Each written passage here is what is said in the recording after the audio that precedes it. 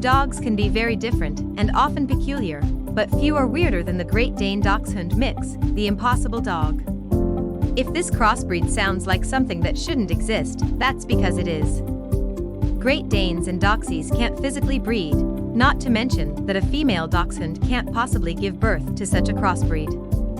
Yet, this mix does exist as rare as it is. So, what do you need to know about the Great Dane Dachshund mix?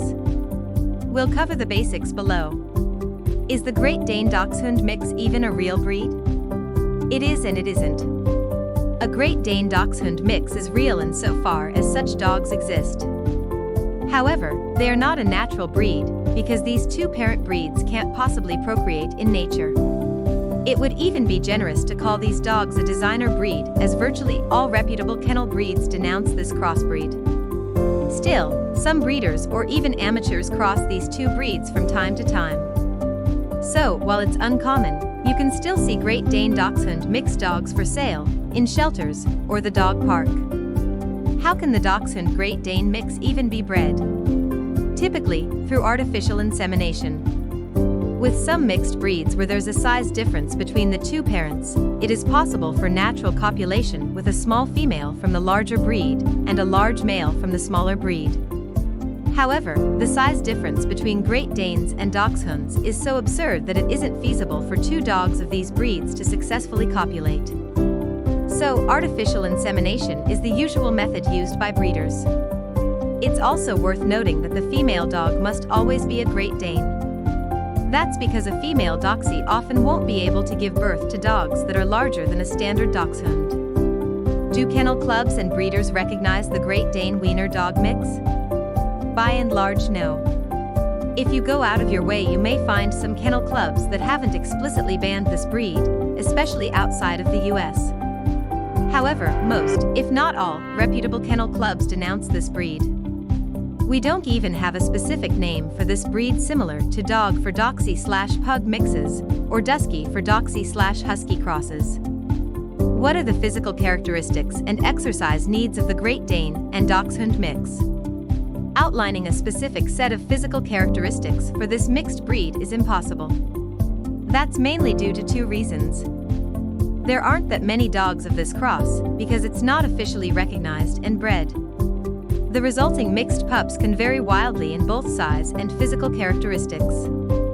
If we are to give some overall summary on how a Great Dane Dachshund mix can look, we can note that most pups are closer to a Dachshund size than to a Great Dane's.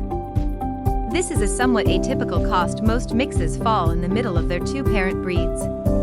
A likely explanation may be that Great Danes are the ones who are more out of the ordinary in terms of size. Dachshunds, on the other hand, while small, are pretty average size for a dog, especially standard Dachshunds. As for other physical characteristics, those can go either way.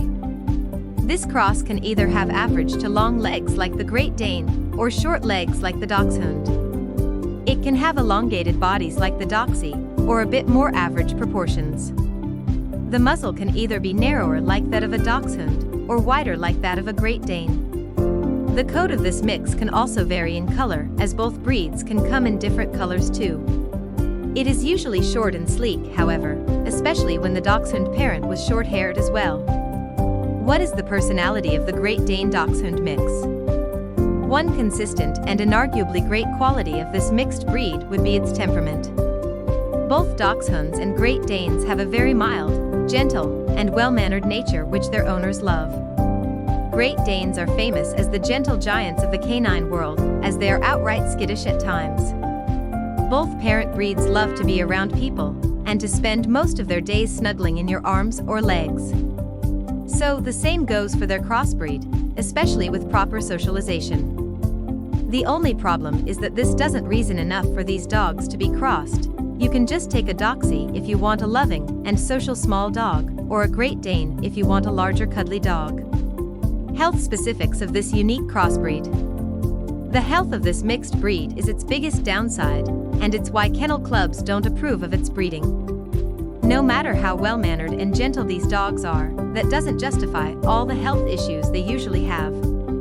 These include intervertebral disc disease, heart disease, bloating, hip and elbow dysplasia. If you've watched other breed descriptions here, you've probably noticed those issues listed pretty often. However, the difference here is in how likely each of those problems is. Great Danes and Dachshunds are pretty healthy breeds. Their risks of such diseases are only present in improperly bred and cared for dogs. With the Great Dane Dachshund mix, however, all of those and other health problems are very likely to happen. That's almost regardless of how the dog is bred and cared for, as there isn't any standard in the breeding of these dogs.